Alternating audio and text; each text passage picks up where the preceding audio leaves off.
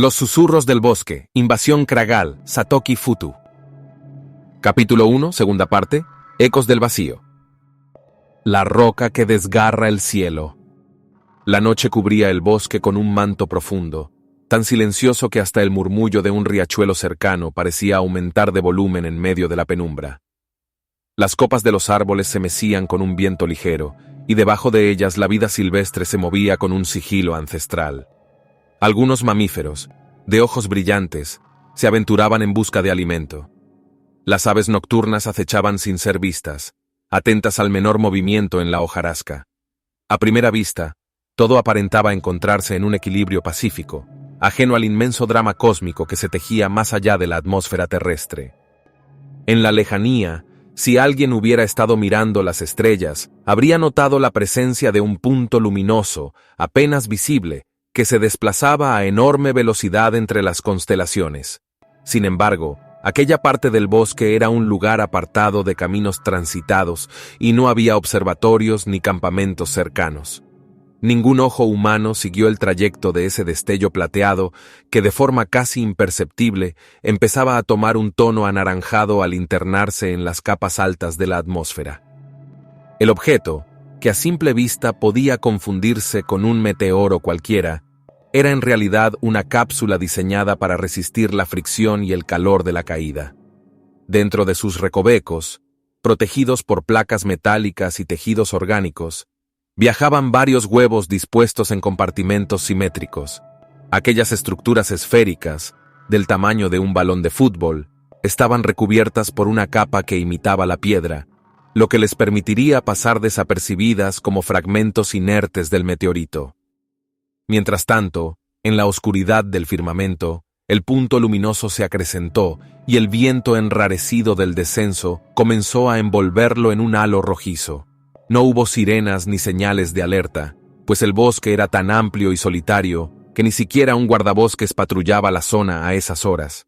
La única evidencia de la inminencia del impacto era la creciente deformación de la atmósfera, que se tradujo en una especie de estela incandescente surcando las alturas.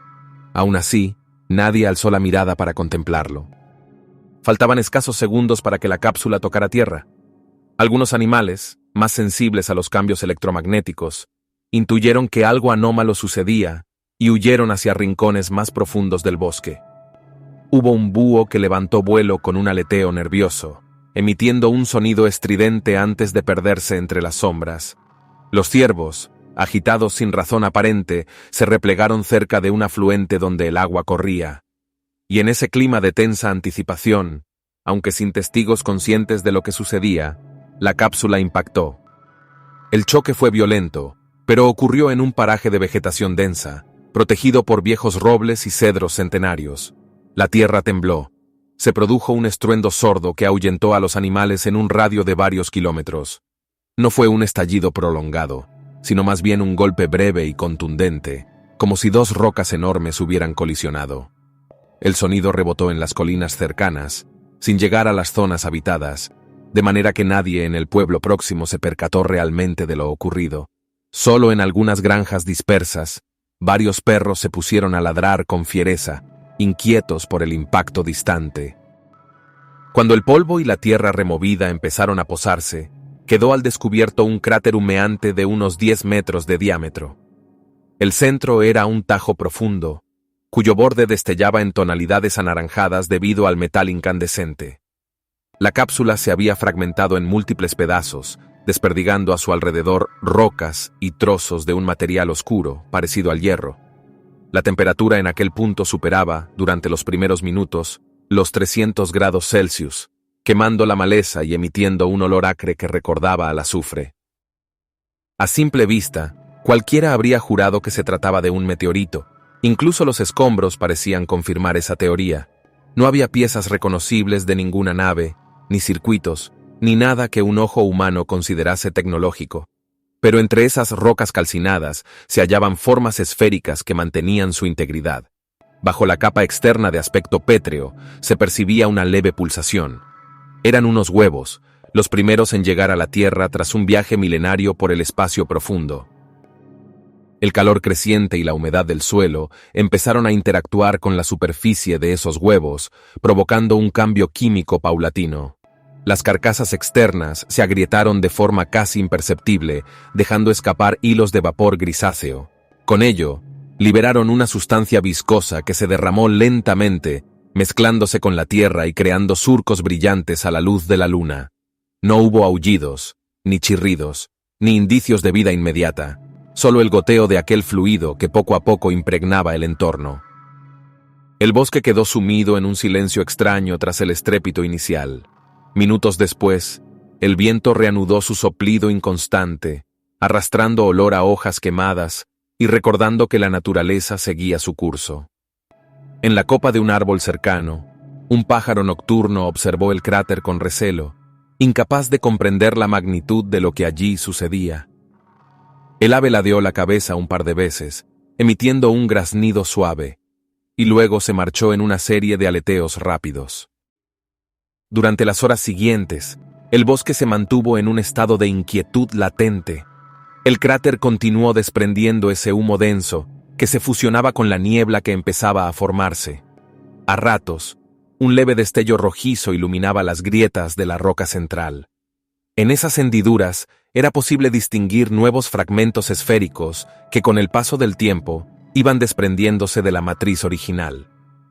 Así, las condiciones para la eclosión se estaban preparando, sin que ningún ser humano lo presenciara. Mucho más allá del bosque, en el pueblo más cercano, nadie imaginaba el episodio que transcurría en la soledad del terreno boscoso. Apenas si alguna persona despertó sobresaltada en la noche, con la vaga impresión de haber oído un trueno en un cielo despejado.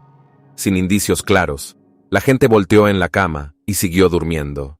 La quietud del pueblo contrastaba con la escena ardiente y química que bullía a kilómetros de distancia, donde la cápsula alienígena continuaba enfriándose con lentitud. Cuando el alba comenzó a asomar con una luz grisácea, el espectáculo del cráter tomó nuevos matices. El humo persistía, pero las llamas se habían extinguido casi por completo.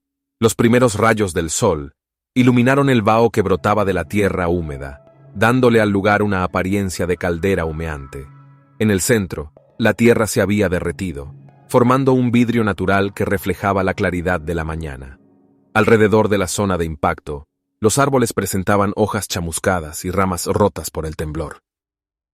Ningún ser humano habría llegado allí tan pronto, pero la fauna local, empujada por la curiosidad, se aproximó con cuidado. Un zorro husmeó en los límites del cráter, deteniéndose ante el calor residual que todavía emanaba. Con el hocico en alto, trató de descifrar el olor. Había algo desconocido, ajeno a todo lo que su instinto le dictaba. Desconcertado, retrocedió un par de pasos con el lomo encrespado, sin atreverse a acercarse más. Terminó por dar la vuelta y desaparecer tras unos matorrales. Poco después, un par de aves carroñeras descendieron en círculos, atraídas por el hedor a materia quemada, quizá con la esperanza de encontrar algún animal muerto que pudieran devorar. Sin embargo, lo que descubrieron fue mucho más confuso para ellas. Entre las rocas y fragmentos de la cápsula había pequeños charcos de un líquido espeso, de color gris verdoso. Al posarse, una de las aves clavó el pico en aquella sustancia y sacó un hilillo pegajoso que no se correspondía con sangre ni con ninguna otra secreción animal. Asustada, salió volando al instante, emitiendo un graznido alterado. Así pasaron las primeras horas desde la caída. En la superficie de uno de los huevos, ya con la costra exterior agrietada, empezó a notarse un ligero temblor. La forma esférica pareció palpitar, y la grieta se amplió, dejando entrever un interior mucilaginoso. Aunque no emergió ninguna criatura de inmediato, el proceso de eclosión había comenzado. El calor geotérmico del suelo y los fluidos liberados por el propio huevo actuarían como catalizadores para la vida que se gestaba dentro. A mediodía, el sol ya se encontraba lo bastante alto como para calentar el aire sobre el cráter. El vapor se disipaba con mayor rapidez y el lugar adquirió una apariencia más concreta, un agujero irregular en la tierra con un diámetro de unos 10 metros, rodeado de rocas ennegrecidas y restos de troncos carbonizados. Varios de los huevos estaban semienterrados en las capas de tierra removida. Era una escena tan extraña como desoladora, un guiño al hecho de que algo descomunal había sucedido allí hacía solo unas horas. Fue recién avanzada la tarde cuando las primeras señales de curiosidad humana se materializaron. Un hombre llamado Mateo, que trabajaba en la tala selectiva de árboles, se internó por una ruta secundaria del bosque para ver si encontraba nuevos ejemplares que pudieran interesarle a su patrón.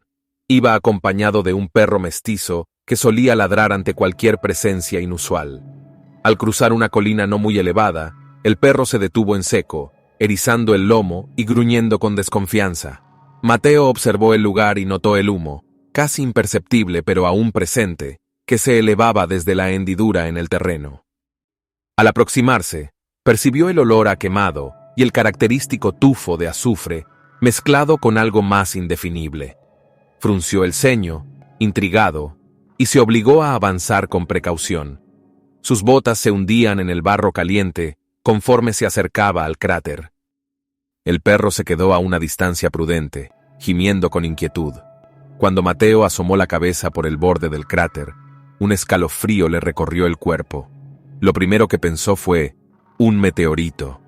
Sin embargo, había detalles que no encajaban con la imagen que uno se hacía de una simple roca espacial. Las piedras estaban dispuestas de forma irregular, pero reconoció algunas formas redondeadas que parecían huevos petrificados. Se inclinó un poco, intentó acercarse a una de ellas y notó la sustancia viscosa que las rodeaba. Sintió una repulsión instintiva al ver esas grietas y la textura gelatinosa que se deslizaba por su superficie. Aquello se veía anormal, y aunque su conocimiento científico era escaso, presentía que no se trataba de un fenómeno habitual. El suelo bajo sus pies crujió, soltando un soplo de aire caliente. Retrocedió con un salto, temiendo que el terreno colapsara, y entonces escuchó un leve susurro procedente de uno de los huevos. Era un sonido tan sutil que no estaba seguro de si lo había imaginado. El perro ladró en dirección al cráter y luego reculó, asustado. Mateo decidió dar por terminada su exploración. La curiosidad se le había convertido en un nudo de aprensión. Aunque desconocía la naturaleza exacta de lo que veía, comprendía que, si era un meteorito, debía avisar a alguien más preparado para manejar la situación. Regresó por el sendero, sintiendo que el sol se posaba con demasiada intensidad sobre su nuca. Por su mente pasaban 1000 ideas, desde la posibilidad de que algo tóxico hubiera caído del cielo hasta la hipótesis de un experimento militar. No podía descartar nada. Lo único claro es que aquello era anormal, un agujero humeante, rocas que parecían exudar una sustancia gris y esos huevos de apariencia tan poco terrenal.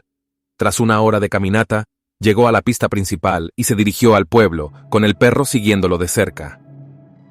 Mientras tanto, en el cráter, la eclosión continuaba de manera imperceptible, con un golpeteo interno cada vez más evidente dentro de las esferas.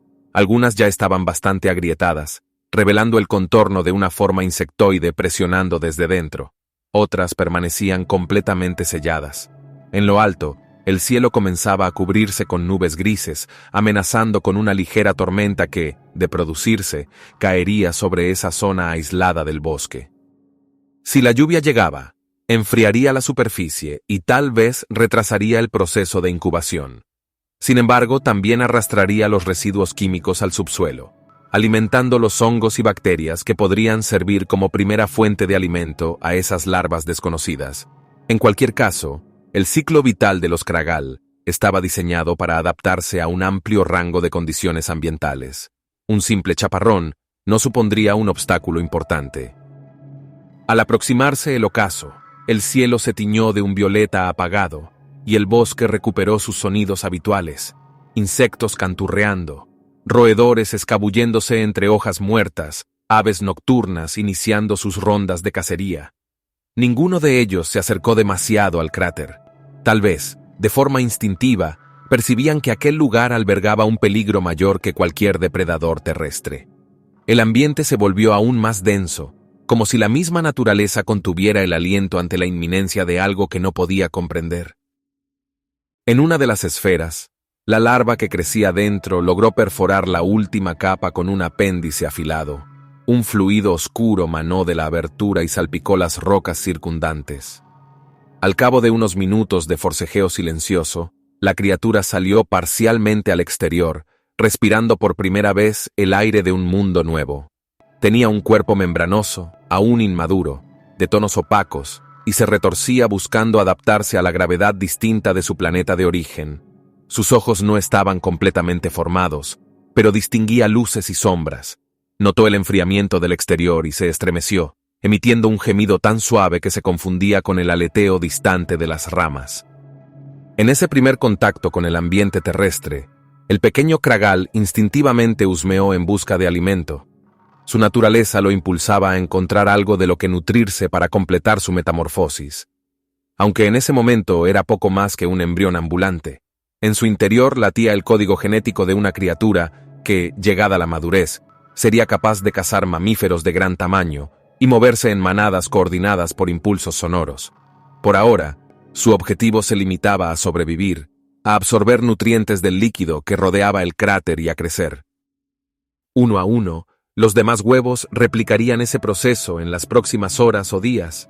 La mayoría aguardaba un poco más, regulando la temperatura y aguardando condiciones que, si bien no podían definirse como favorables en un sentido humano, sí resultaban adecuadas para su desarrollo.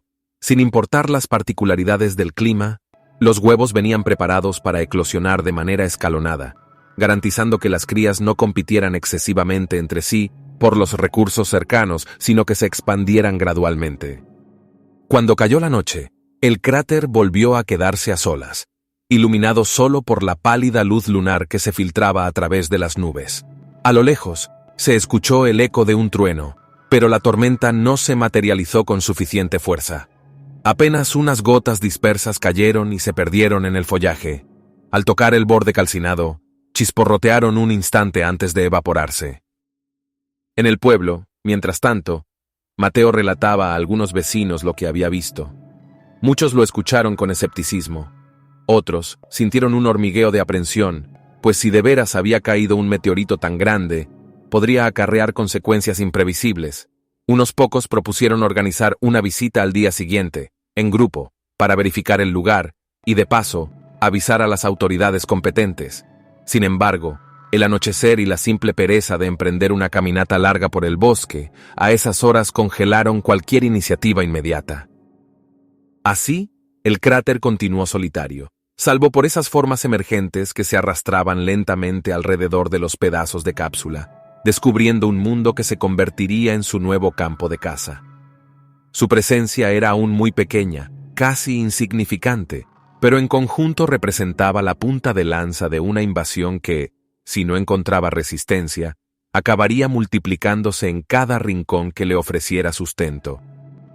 En ese transcurrir de la noche, varios de aquellos seres larvarios se escabulleron por hendiduras del terreno, buscando refugio entre raíces y hojarasca. Su complexión les permitía moverse con cierta facilidad, aunque su aspecto fuera torpe. Un conjunto de patas minúsculas que se agitaban con rigidez, un exoesqueleto incompleto y unas mandíbulas que apenas podían triturar hojas y pequeños insectos. Aún así, cada bocanada de materia orgánica que ingerían se traducía en un incremento acelerado de su masa corporal, un proceso que según los ciclos Kragal podría completarse en cuestión de días, no de meses como un ser terrestre común. Por su parte, los huevos que permanecían cerrados estaban diseñados para eclosionar un poco más tarde, cuando las condiciones fueran distintas. Este escalonamiento formaba parte de su eficiencia biológica, evitando que todas las crías salieran a la vez y compitieran entre sí desde el minuto 1. Mientras tanto, los fragmentos de la cápsula principal, aún al rojo vivo en sus capas más internas, se enfriaban gradualmente, emitiendo el último suspiro de calor antes de quedar como meros vestigios minerales. Los primeros indicios de que algo no era del todo normal empezarían a notarse con la ausencia de aves y pequeños mamíferos en la zona inmediata.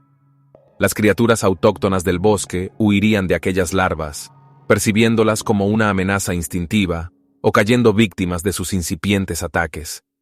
En un par de noches, el área alrededor del cráter se volvería un lugar extraño, silencioso, sin apenas rastros de vida salvaje. Y eso, a su vez, generaría más preguntas para los pocos granjeros que usaran el monte para pastoreo. Al filo de la medianoche, el bosque se apagó en sombras y brillos tenues, dando paso a un último acto de la jornada. Las larvas más activas se reunieron alrededor de un charco de fluido condensado en la parte baja del cráter, alimentándose de las sales y compuestos que la cápsula había traído consigo. Era la escena más cercana a un acontecimiento colectivo que podrían mostrar, pues su coordinación a esa edad era mínima. Sin embargo, un zumbido muy leve, casi inaudible, emanaba de sus cuerpos, cada una vibrando a una frecuencia ligeramente distinta. Si alguien hubiera estado allí con un equipo de grabación ultrasónica, habría captado una melodía disonante, un indicio del lenguaje que los Kragal desarrollarían en su etapa adulta. A kilómetros de distancia, la gente del pueblo dormía, sin saber que ese primer grupo de criaturillas alienígenas luchaba por asentarse. Se hubiera necesitado una señal contundente, algo como una explosión o un derrumbe masivo, para inquietar a la población de forma inmediata. El impacto había sido más silencioso de lo que cabía esperar, y la zona era lo bastante remota para que apenas se alzaran voces de alarma. Así, la invasión silenciosa se abría paso, y la humanidad seguía entregada a la rutina cotidiana, sin siquiera plantearse que los acontecimientos de la mañana siguiente podrían cambiarlo todo. Pasaron las horas, y la noche se dio de nuevo ante el amanecer. El segundo día desde la caída del meteorito comenzaba con una luz tenue, tamizada por las nubes que se mantenían en el firmamento. Las gotas de rocío se posaron en las hojas chamuscadas del perímetro, reavivando el contraste entre la parte muerta de la vegetación y la que aún resistía. Dentro del cráter, varios huevos mostraban fracturas notorias. Otros seguían intactos, con su superficie rocosa y lisa. Unas huellas viscosas marcaban caminos por la ceniza, dejando claro que algunas crías habían salido de forma sigilosa. Fue entonces cuando el bosque enmudeció de nuevo. No se oían pájaros, ni roedores, ni siquiera el insecto que cantaba al amanecer. Aquello resultaba insólito. Cualquiera que hubiera pasado a esa hora habría notado que el ambiente estaba cargado de una tensión casi palpable, como si la naturaleza misma hubiese decidido contener cualquier atisbo de sonido. Y no se trataba solo del impacto o del calor residual, sino del instinto colectivo de las criaturas terrestres. Sentían que algo extraño, foráneo y potencialmente letal se propagaba bajo sus narices. Así, concluyó el segundo día, con la entrada de los Kragal en territorio terrestre, sin un solo testigo humano que hubiera contemplado la escena completa. Habían llegado de noche, con un fuego raudo que se apagó pronto, y habían depositado sus huevos en aquel cráter que, de a poco, se convertiría en su primera base de operaciones. Era la antesala perfecta para la invasión silenciosa, sin red de satélites pendientes de sus señales, sin helicópteros que sobrevolaran la zona, sin astrónomos locales que rastrearan la estela de la cápsula. Tan solo un secreto que ardía en la penumbra, esperando el momento de revelar su verdadero rostro.